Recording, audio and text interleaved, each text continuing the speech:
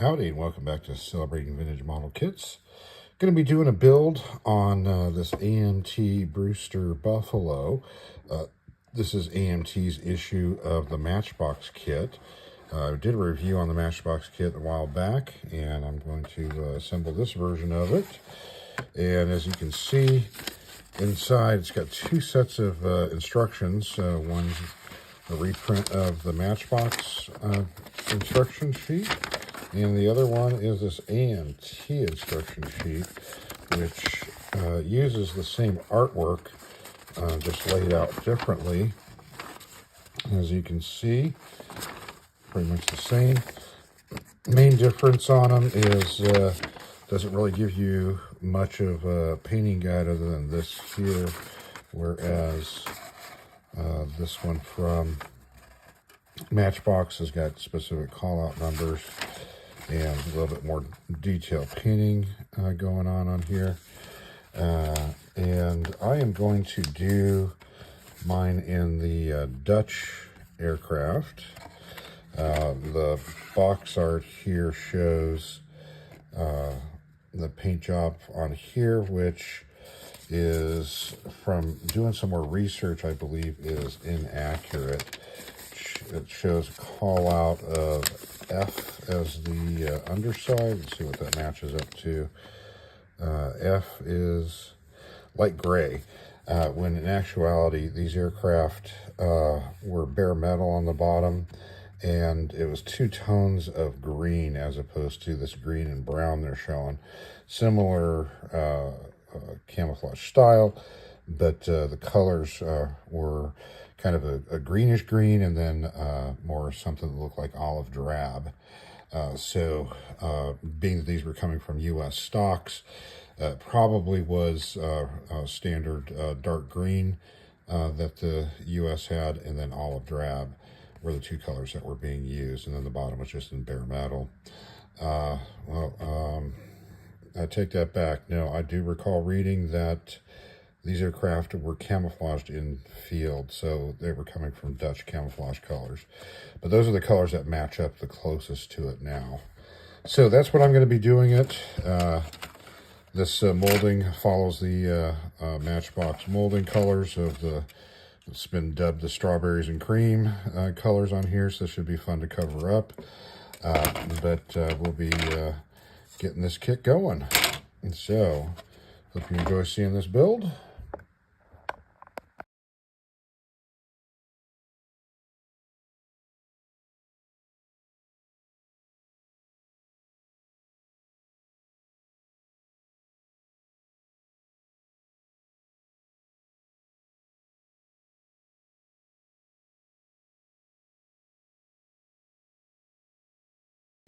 Okay, so forgot to film a couple of steps in there, so sorry for just a couple of photographs. But where we're at right now is we've got the underside painted in the aluminum. Covered up the pilot so he didn't get sprayed. Covered up the engine area and some of the detail painting inside the landing gear. So the engine's still separate here, so I can put the propeller on afterwards. And so next step, I forgot to drill out the machine guns. There should be two ports here, and the wing guns have nothing on here, so I've got my little hand drill here. So I'm going to drill out these holes for the guns, and probably open up the exhaust a little bit more. And then next step will be to mask it off for the upper surface colors. There's been a lot of debate over the years as to exactly what these were painted, and it appears that they were painted top surface wise in two shades of green, one that resembles olive drab and one that resembles medium green, US medium green. So that's what I'm going to do on this. So we'll start with probably the olive drab first, and then do the medium green next. So let me drill out these gun ports, and then we'll get it masked up. Okay, so we have the bottom silver all masked off. the gun ports are drilled. That one, and then the nose guns. Canopy is on. Painted the rest of the decking inside, and initially I was trying to use a micro mask on this one, but that didn't really seem to work, so I used good old Tamiya masking tape to mask off the canopy, and we will see what we get. So I'm going to use the olive drab spray on it first. Once that's dry, then mask off the camouflage pattern, and then do the mid-green. So there we are. Okay, so we've got our olive drab down, and I think it came out fairly decent. So next up is going to be masking off for the mid-green, and see how that works. So our bottom's looking good, and our drilled out gun ports I think stand out pretty nice. So let's get this masked up for the next color. Okay, so we've got top surfaces all masked off for the mid-green, and that's going to go on top here. And so followed this camouflage pattern that they provide here. The colors that they call out are not accurate, but I figured the pattern is probably, pretty good. So the way that I did this was take some of the Tamiya mask and lay it down here, and then use the marker pen here to draw out the pattern that I want, peel the piece off, and then use the X-Acto blade to cut out the shape, put it back on, and then fill in the space. So hopefully this will come out pretty nice, and we'll see how it goes. Okay, so we have the second green on here all finished up. So next step is going to be to take off all this masking and see what we got. So I'm not going to bore you with that, so we'll come back when it's all peeled off. Okay, so here's your pile of masking, and here is your camouflage buffalo. I think it came out pretty good. Not really a whole lot of overspraying anywhere. Tamiya taped it pretty good. And I kind of missed the front right there a little bit. But overall, pretty good. A little blemishing right here. I'm going to leave the canopy mask because I am going to spray this with gloss for the decals to stick pretty good. And then hit it with a dull coat afterwards. So I don't want to mess up the canopy on that, so we'll leave that till later. So hopefully that's okay. But that's where we're at. So moving along. Okay, so we have decals on. Not much for markings on this. Unfortunately, the registration was slightly off, so we got this itty bitty little white line on there, which I didn't notice until after getting them laid down, which is a bummer. And the kits, or the box instructions show a white stripe going around here. Been looking at photographic evidence. Most of the time, or at least the photos that I was able to find, the white stripe was not on there, so I'm going to leave that off for now. But let's get some of this extra stuff off of here so we can see what we're looking like. There we go. There's our engine. Looks like might need to touch it up a little bit on the bottom here with this aluminum. Engine got protected pretty good. And now the canopy. That's the big one. switch glasses here so I can see a little better.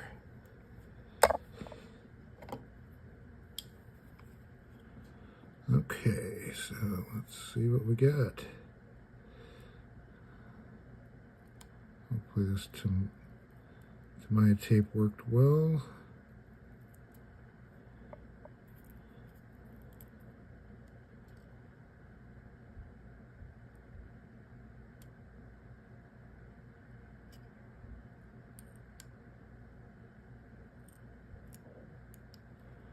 Yeah, looking good so far.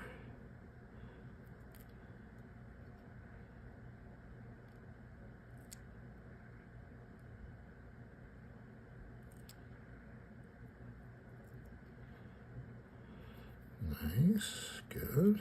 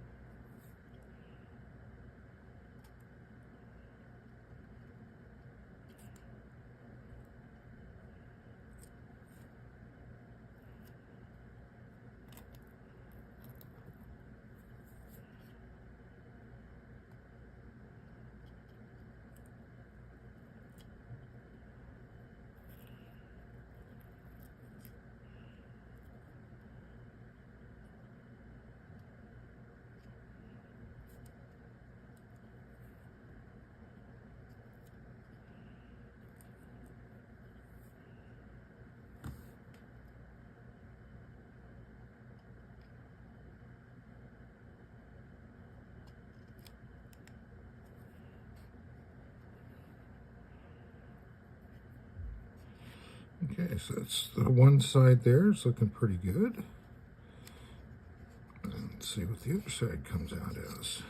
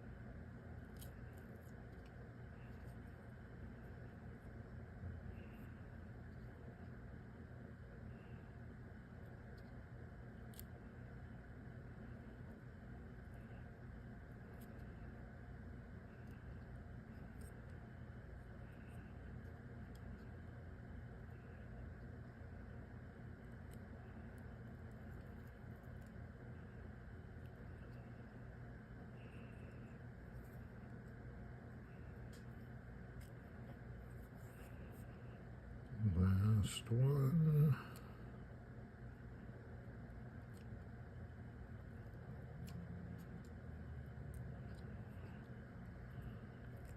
All right, there we go. Pretty good. Did a pretty good job, I think. Okay. Oh, almost forgot we got some pieces in here for some of the gear assembly stuff.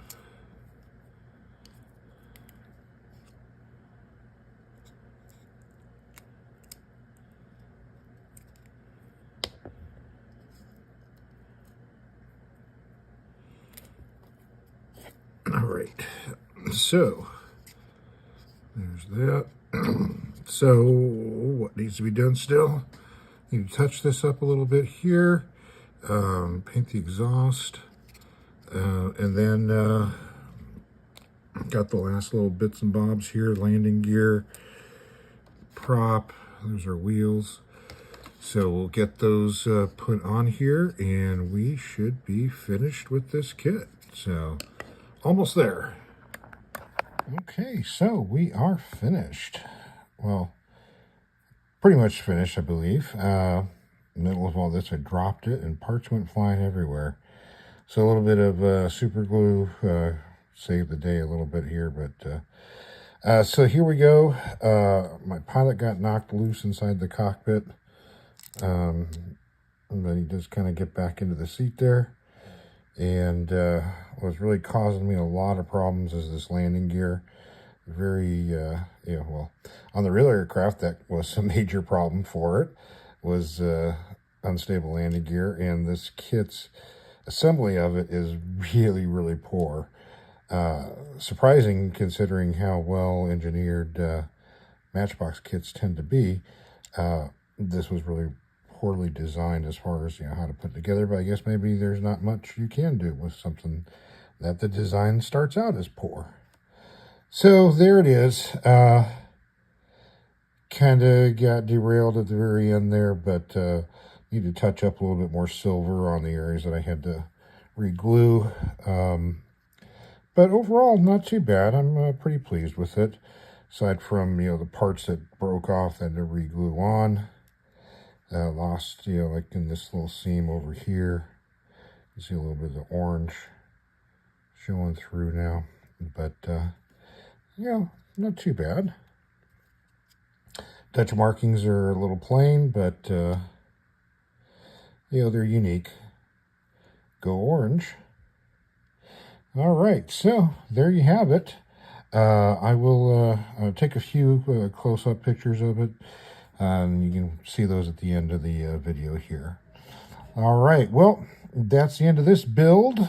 If you've built one of these, tell us about it in the comments section. If you've got one sitting on your shelf, take a picture of it, send it in for our next viewer build video. Well, thanks for watching, and have yourself a great rest of your day.